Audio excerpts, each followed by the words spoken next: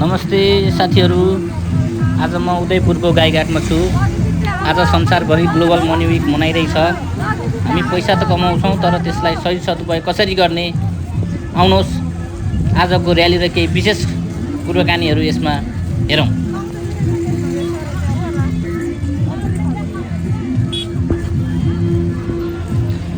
Global money week प्रत्येक अङ्ग्रेजी वर्षको March 16 देखि 22 सम्म पर्छ। यो 2026 अङ्ग्रेजी महिना अङ्ग्रेजी वर्ष 2026 को र्याली तपाईहरुले देख्न सक्नुहुन्छ। यो र्याली चाहिँ त्रियुगा बस पार्क गाईघाटबाट सुरु भएर गाई चोक, त्यसपछिबाट पिपल चोक हुँदै राधाकृष्ण मन्दिरको अगाडि चौतारोमा गएर समापन हुने कार्यक्रम रहेको छ।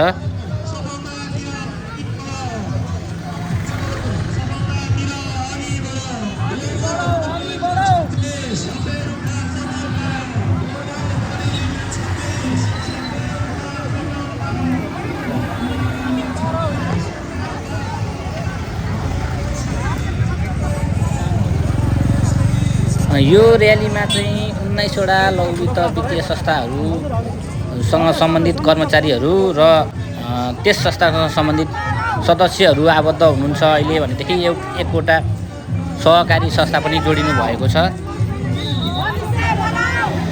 19वटा लघुवित्त वित्तीय संस्था र एकवटा सहकारी संस्था गरेर हामी अहिले जम्मा सदस्य र कर्मचारीहरू गरेर लगभग हामी 400 जना जति यस र्यालीमा सहभागी भएका छौँ।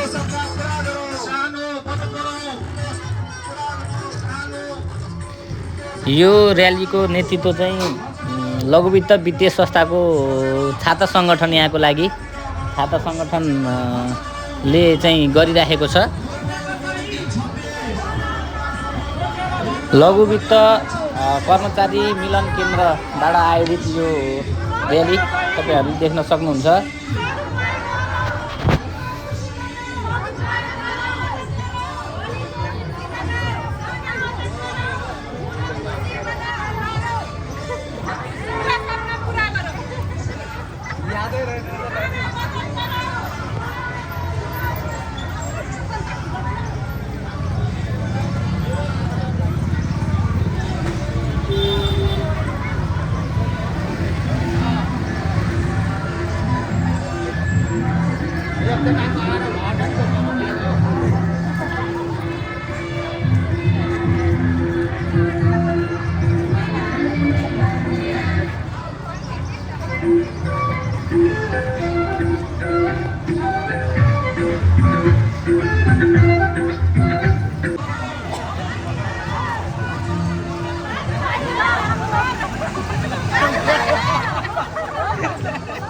यस्तो हो सर, यो धेरै माथि छ के अनि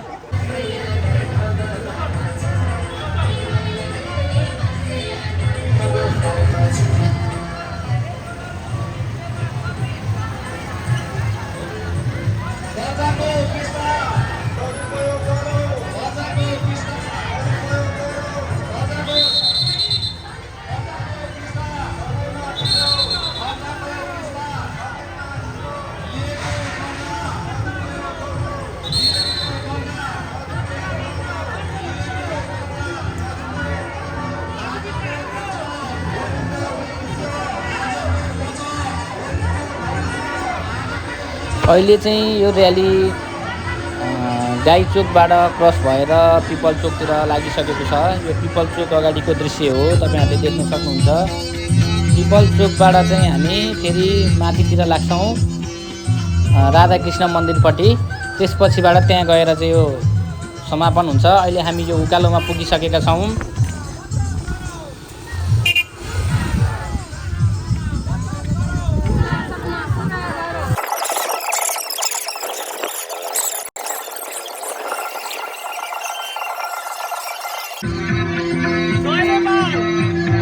हामीले जुन रकम लिएको हुन्छ त्यो रकम जेको लागि लिएको छ त्यसैमा खर्च गर्नुहोस्।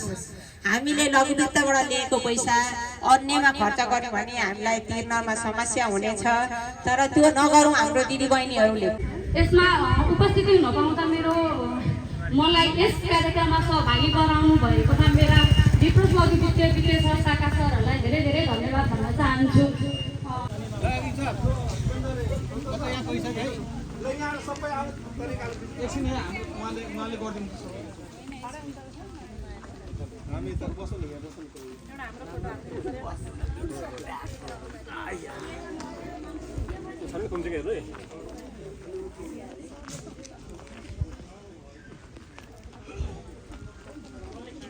का लागि लौमित सधैँका लागि लौमित भन्दै म पनि मेरो 2 शब्द यहाँ टुङ्ग्याउँदै अबको पालोमा कार्यक्रम समापन गरिदिनुको लागि कर्मचारी मिलन केन्द्र गाईघाटका अध्यक्ष साथै नेसनल लघुवित्त वित्तीय संस्थाका कार्यालय प्रमुख श्री हरेराम चौधरीज्यूलाई माइक्रोफोन हस्तान्तरण गर्दै बिदा हुन्छु। सबैलाई नमस्कार। मुख्य रूपमा यस वर्षको नारा स्मार्ट मनी टक्स रहेको छन् भने यो विश्वभर नेपालमा सोही क्रम अनुसार चाहिँ 2 गतेदेखि 8 गतेसम्म मनाउने गरेको छौँ र यसको मुख्य उद्देश्य चाहिँ हामी बालबालिका युवामा पैसाको महत्त्व बचत गर्ने बानी र सही वित्तीय निर्णय लिने क्षमताको विकास गर्ने रहेको हुन्छ भने यसको मुख्यतया हामीलाई नेपाल राष्ट्र बैंकले सहजीकरणको भूमिका निर्वाह गरिरहेको हुन्छ।